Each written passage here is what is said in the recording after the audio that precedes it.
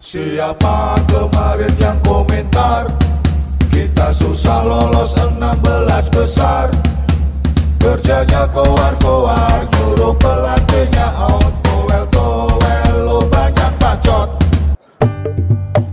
Kalau wasitnya enggak curang, Asik. Indo pasti bisa menang. 3 poin jadi milik kita, insya Allah lolos babak berikutnya. Si Qatar cuekin aja, panitia main curang kayak Jepang. Indonesia mari kita bersorak, si towel kamu tetep nggak diajak. Indonesia mari kita bersorak, si towel kamu tetep nggak diajak. Hai. Dan Indonesia harus bermain dengan 10 pemain atas bermain. Kita lihat. Apa harus 2? Lo punya uang, lo punya kuasa, kata-kata wasit modelan begini cocok kasih kata kasar. Kenapa giliran Indonesia malah gak lihat VAR? Lalu Ivar Jenner kartu merah kontroversial, belum lagi penalti goit yang enggak masuk akal. Pantes saja kemarin lo bisa sampai masuk final. Ini bukan sepak bola, ini pertunjukan komedi kecurangan terlalu janggal. Ini tentang harga diri. Marcelino didorong tepat depan mata wasit. What kind of referee who make decision like this shit? Curangmu terlalu pahit, lalu ku sayat pakai bait. Dirimu sebatas duit, otak hanya tentang profit. Ku beritahu kartu merahmu ku jamu, bahu membahu, salahkah bahu ke bahu? Apakah rentan tubuhmu, mentalmu hanya segitu? Kata maafmu ku tunggu, netizen pun menunggu. Super kreatif, luar biasanya netizen Indonesia ya. Saya akui guys ya, kalau untuk urusan sepak bola ya, itu mampu menyatukan kita semua ya. Tidak peduli kalau ada perbedaan pandangan politik ya. Tetapi kalau sepak bola ya, itu seperti menyatukan kita semua tanpa harus disuruh guys ya. Kita seakan-akan searah ya, seirama, sejalan, setujuan ya, sehati sejiwa. Itu kalau untuk urusan olahraga sepak bola benar-benar luar biasa menyatukan kita semua sebagai sesama anak bangsa guys ya. Oke, kita akan dengarkan komentar-komentar dari netizen guys ya, terkait dengan timnas U23 ya, yang sebentar lagi melawan Yordania ya. Dan kita harapkan, kita doakan yang terbaik bagi adik-adik kita, bagi timnas Garuda Muda ini. Semoga mereka mampu mengalahkan Yordania seperti mereka mampu mengalahkan Australia. Amin, amin, amin, amin. Indonesia kerasukan Real Madrid gak dicurangin sama wasit. Bentar, di sini kok masih ada icon plusnya? Kok masih ada gambar plusnya di sini? Hilangin, pencet sekarang juga, follow. Jangan cuma tonton aja, oke? Lanjut. Gila Garuda Muda kita teman-temannya, lawan Australia menang 1-0. Laga ini adalah laga pembalasan ya atas kekalahan timnas senior kita lawan Australia di Piala Asia kemarin teman-teman. Di pertandingan ini Indonesia benar-benar digempur habis-habisan. Tapi Garuda Muda kita, benteng-benteng kita luar biasa kokoh dan mainnya rapi, nggak gugup. Apalagi kiper kita si Hernando, gila men, penampilannya udah macam kayak Lunin semalam teman-teman. Ya Allah, nepis penalti, gila, udah nepis penalti di menit-menit terakhir, banyak kali penyelamatannya teman-teman. Cakep mainnya teman-teman. Tapi ngapain sih wasit tadi ngasih tambahan waktunya tuh 11 menit? Nggak sekalian extra time aja pak, 11 menit, 4 menit lagi udah extra time, 15 kali 2 tuh. Untung aja Garuda kita tetap stay cool ya, tetap tenang. Walaupun kita penonton deg-degan ya, diserang abis-abisan. Walaupun di menit-menit terakhir kita juga nyiptain beberapa peluang emas, cuman sayang aja, sayang banget ya. Padahal tuh peluang emasnya, apalagi di menit-menit terakhir sebelum kulit panjang, itu harusnya pastinya datar aja, jangan atas. Bagaimana pula? Tapi nggak apa-apa, yang penting menang teman-teman. Kita harapkan Garuda Muda kita ini tetap terus melaju sampai jauh di Piala Asia ini ya teman-teman ya. Gila Sintayong ya, senior bawa 16 besar, junior seperti OTW juga ya, walaupun sempat dicurangi di laga pertama. Tapi kita harus kasih semangat dan terima kasih kepada timnas kita, Garuda Muda. Kalian jangan lupa ya, tagin pemain-pemainnya Qatar, PSSI-nya Qatar, di pertandingan kita kali ini. Bikin mereka iri sama kita. Oke? Segitu dulu dari saya. Seperti biasa, jangan lupa share video ini yang ke lain-lain, ke semuanya pokoknya ya. Jangan lupa follow juga pastinya. Oke? Thank you. Salam olahraga, Forza Indonesia.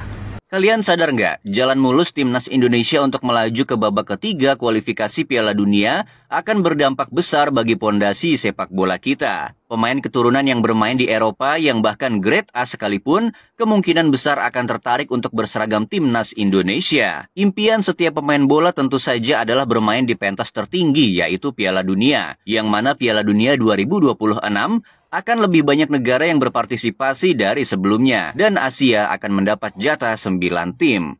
Pemain-pemain grade A yang katanya masih ragu ada nama macam Miss Hilgers. Hilgers ini usianya baru 22 tahun, tapi market value-nya udah tembus di angka 104,29 miliar. Hilgers juga jadi pemain termahal kedua di FC20, tim yang saat ini menempati posisi ketiga klasemen sementara Liga Belanda. Juga Kevin Dix, yang pemain ini sudah bolak-balik bermain di UCL bersama FC Copenhagen. Bahkan di musim ini Kevin Dix dan timnya berhasil mengalahkan MU dan lolos ke babak 16 besar. Gimana? Kalian setuju nggak kalau para pemain grade A ini bergabung untuk membawa timnas Indonesia lolos ke Piala Dunia? Bagi gue, timnas Indonesia ini lebih dari bagus.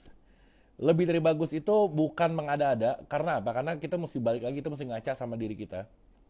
Kita ini adalah tim yang dengan ranking FIFA paling rendah di grup. Dan kita nomor 2 ranking terendah di Piala Asia. Bahkan kita ini tim yang dengan pemain termuda di Piala Asia. Tapi dengan torehan yang kita hasilkan di Piala Asia, kita ini nggak pernah ngegolin di fase grup. Di semua pertandingan kita ngegolin. Kita lawan Irak ngegolin, kita lawan Vietnam ngegolin, kita lawan Jepang ngegolin. Kita selalu mencetak gol. Ini poin positif buat Indonesia yang tadinya banyak orang meragukan kualitas kita untuk level Piala Asia. Ternyata di Asia juga kita masih bisa sedikit berbicara. Oke, itu yang pertama. Terus gue ngeliat keberaniannya juga, mental para pemainnya juga. Kayaknya dia siap banget mau lawannya Jepang, mau lawan siapa. Kayaknya dia datang dengan keberanian gitu. Mungkin dari segi kualitas kita kalah dari Jepang.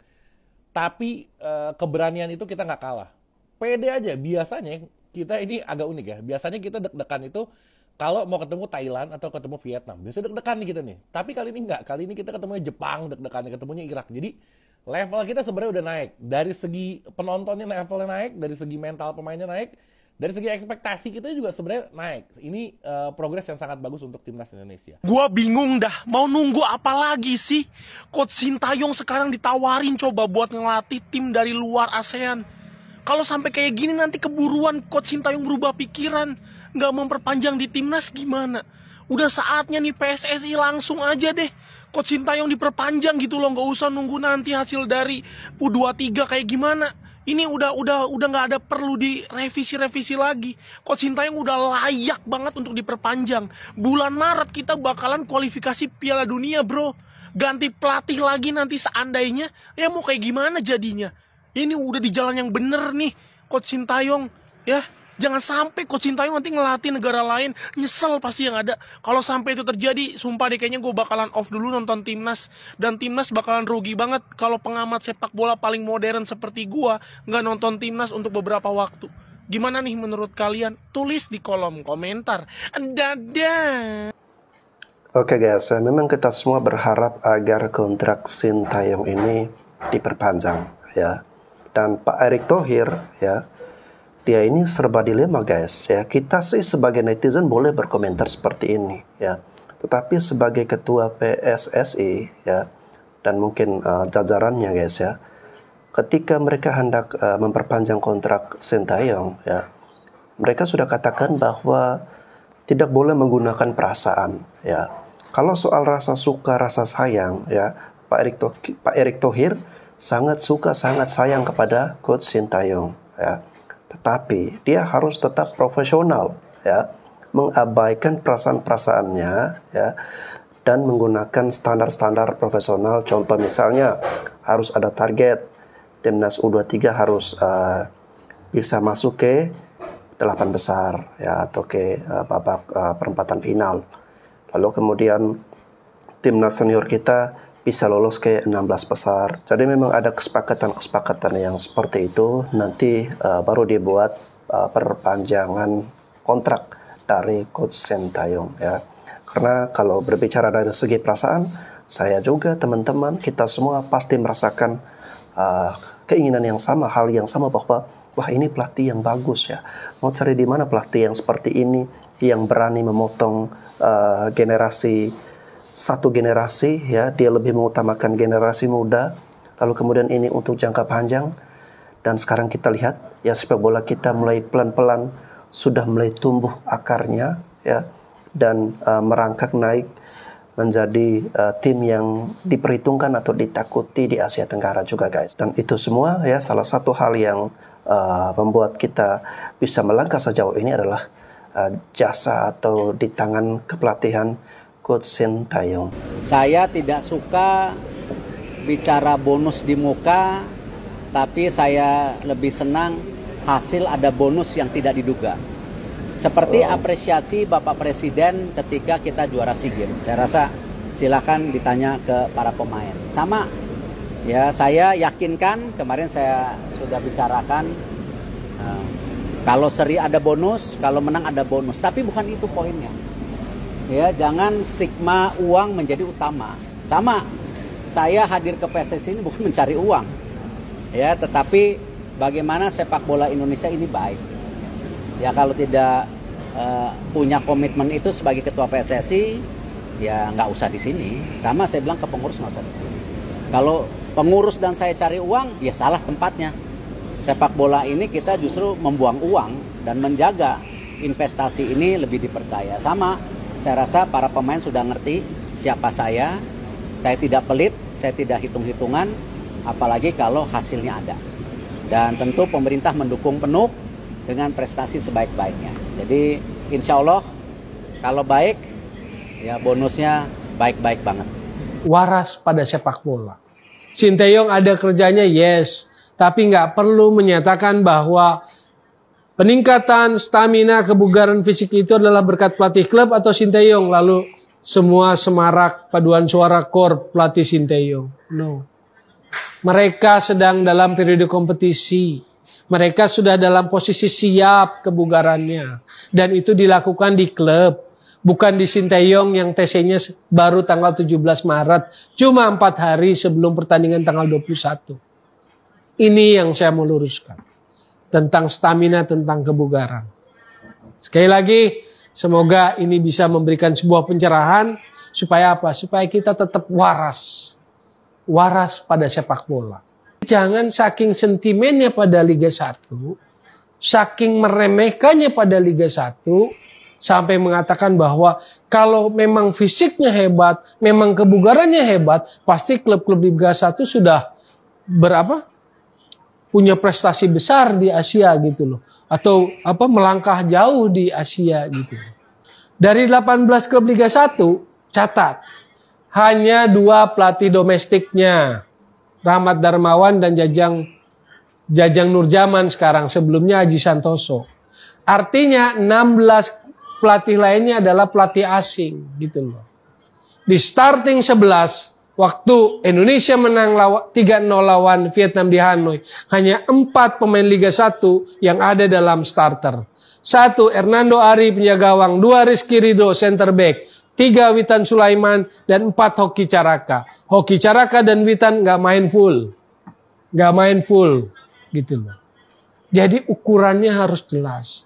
Untuk kau tuh yang bilang timnas Indonesia menang dengan gol dari langit kah, gol keberuntungan tuh, kau sudah nonton tadi malam kah Indonesia lawan Vietnam di kandangnya Vietnam tuh. Itu menang 3-0. Kau bilang gol dari mana lagi? Gol dari gunung kah, gol dari laut kah, atau dari mana? Kau ngomong nih, macam engkau punya lidah tuh lebih cepat dari kau punya otak bekerja kah? Kau pikir timnas Indonesia tuh kasih gol tidak pakai usaha kah? Kau pikir timnas Vietnam tuh ada duduk-duduk minum kopi di lapangan, jadi pemain Indonesia tinggal kasih gol gampang-gampang kah? Ngomong hebat-hebat saja, macam kau bisa main bola saja. Kau pikir timnas itu tidak bisa bikin kami bangga kan? Stop sudah kau ngomong-ngomong tuh macam begitu ya, bikin malu-malu saja. Ya, akhirnya saya juga membahas bola karena gregetan sama statement si M. Tahir itu, pemain PSBS Biak, yang bilang pemain Indonesia sekarang yang keturunan 11-12 sama pemain lokal di Indonesia gitu. Oke, yang pertama saya jelaskan sama M. Tahir itu adalah Anda harus bisa membedakan mana pemain keturunan dan naturalisasi. Oke? Kalau yang ada di pemain timnas sekarang era STY itu pemain keturunan, ada garis keturunan dari bapak, ibu dan neneknya. Ya, kalau naturalisasi itu seperti Fabiano, Osasaha, Beto, satu lagi siapa itu? Otavio Dutra. Itu betul pemain naturalisasi.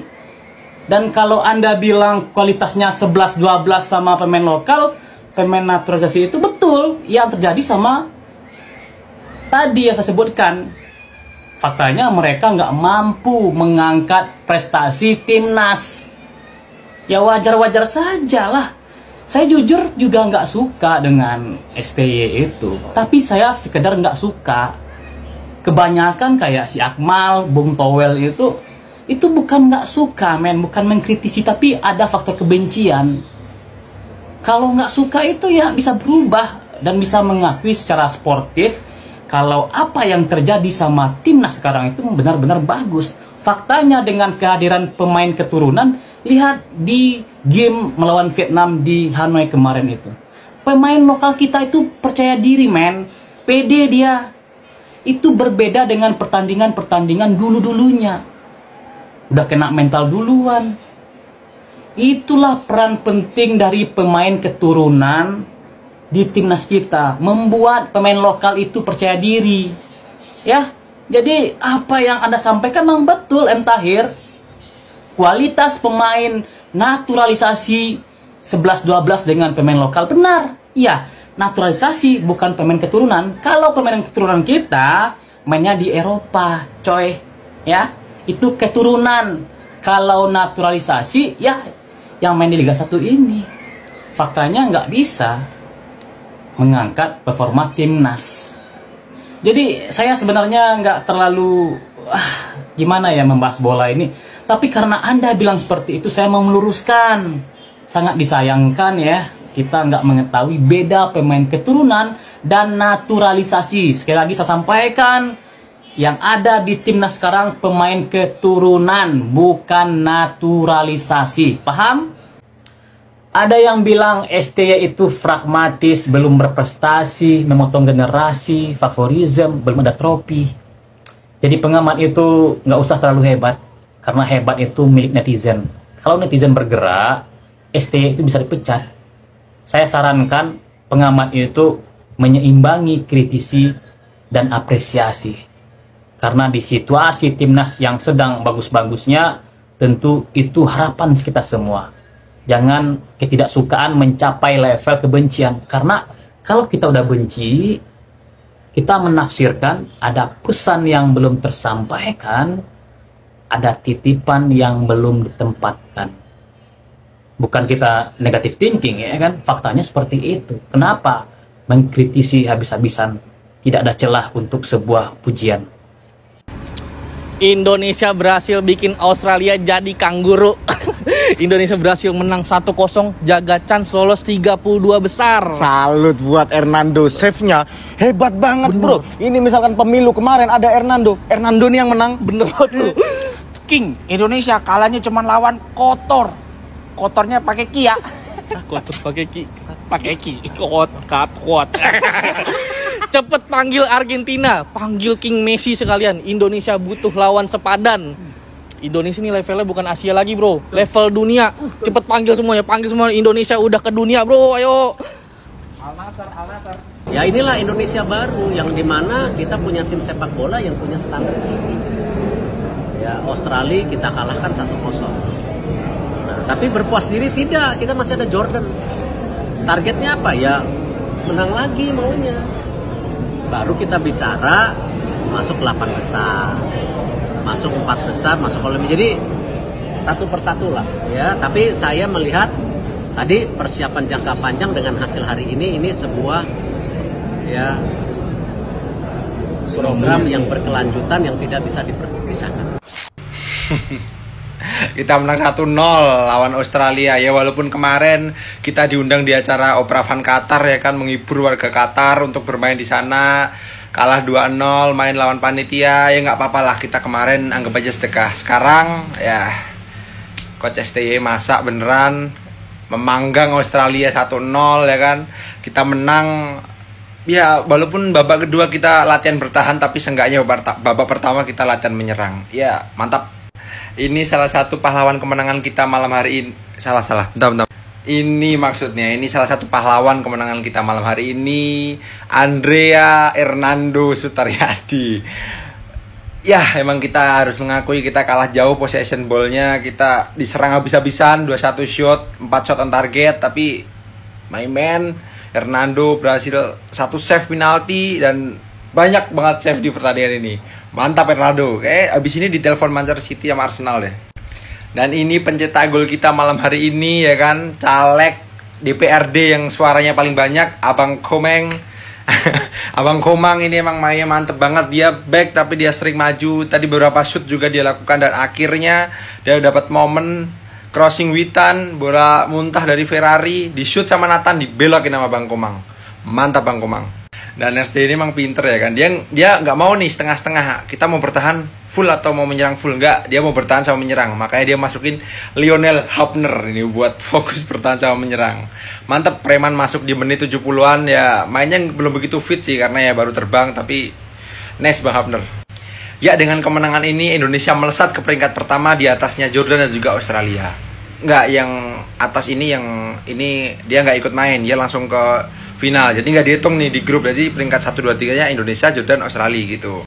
Ya, semoga di pertandingan selanjutnya melawan Jordan kita tampil lebih berani lagi, lebih percaya diri lagi. Kita udah dapat nih kepercayaan diri, kita udah balik lagi untuk bermain impresif melawan Jordan. Kayaknya kemarin Jordan Australia kan juga imbang nih, kayaknya lebih bagus Australia dikit mainnya. Kalau kita lawan Jordan ya semoga bisa menang lagi lah. Semangat Garuda.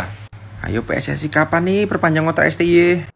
Komang Teguh from zero to hero di babak pertama, di mana setelah dia membuat penalti untuk Indonesia karena handsballnya beruntung sekali, Hernando Aris Sutaryadi mampu dengan sangat amat luar biasa membaca arah bola tendangan dari seorang Torre, pemain Australia, dan membuat skor menjadi 0-0. Dan akhirnya Komang Teguh membayar tuntas kesalahannya dengan mencetak gol, satu-satunya gol di babak pertama lewat heading yang berasal dari tendangan volley dari Nathan Joe. Dan memang kalau kita lihat di babak pertama, kita benar-benar mampu memberikan perlawanan yang signifikan. Seperti yang gue bilang di preview, kalian nggak percaya, kalian banyak di komen bilang ini mah bakal dibantai dan sebagainya. Lihat bahwa benar Australia is not a special team. Ya, banyak shots, oke dia 14 shots, kita 7. 14 itu terjadi itu dalam waktu yang singkat.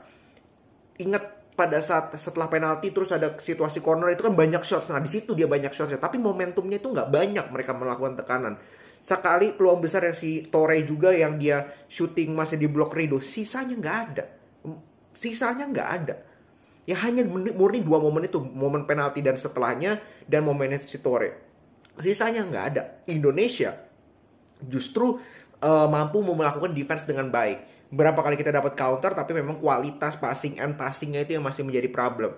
Nah di babak kedua gue bilang definitely kita harus cari gol kedua, bukan bertahan, tapi cari gol kedua. Karena 1-0 belum aman sama sekali. Kalau cetak gol kedua, itu bisa membuat posisi kita jauh lebih aman, karena kita sangat butuh menang. Sangat butuh menang untuk bisa tetap berada dalam posisi yang bagus untuk lolos ke babak selanjutnya dari Piala Asia U23 ini. Yang jelas di babak pertama gue sangat puas dengan permainan, tapi memang masih ada PR-PR yang kita lihat nanti. Oke, babak kedua masih belum usai pertandingan. 45 menit lagi harus dituntaskan secara baik. Salam sepak bola. Kalau ada yang lebih sedih dan lebih dendam sama Qatar dibanding Indonesia, ya warga Jordan. Gimana nggak sedih?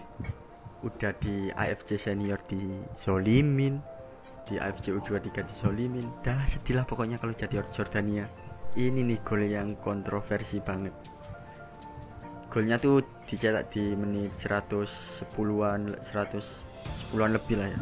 Padahal tambahan waktunya itu cuma 10 menit. Pemain Jordan ditarik dan di depan wasit langsung. Jelas itu di depan wasit langsung. Terus dan terjadi gol di menit 113 kalau nggak salah. Pemain Jordania pun minta cek VAR dan wasit pun berkoordinasi dengan wasit VAR. Tapi nggak ada cek VAR sama sekali, cuma komunikasi sama wasit VAR. Mungkin wasit VAR tuh bilang gini, udah lah nggak usah dicek, langsung kelarin aja, lu nggak capek sampai menit 115. Dan mungkin inilah meme yang tepat buat wasit setiap mimpin laga Qatar. Buat fans bola Indonesia, mending kita silaturahmi ke akun IG-nya Qatar, kita ketik "We are with you Jordan", kita tahu apa yang kamu rasakan. Dan untuk ke IG-nya Qatar, ya itu terserah kalian mau ngetik apa, terserah.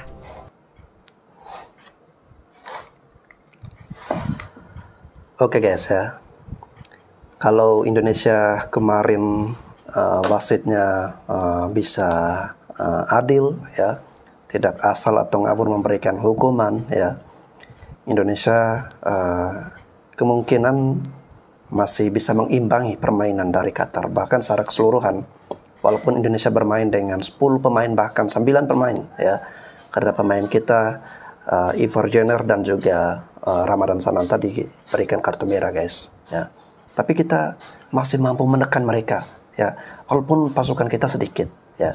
Sebenarnya mereka kan lebih banyak tuh pasukannya, harus bisa berani menekan Indonesia. Tapi Indonesia dengan kekuatan yang ada ya, mampu menekan timnas Qatar guys ya. Saya jadi nggak sabar lagi ingin menyaksikan pertandingan besok antara Indonesia melawan Jordania ya.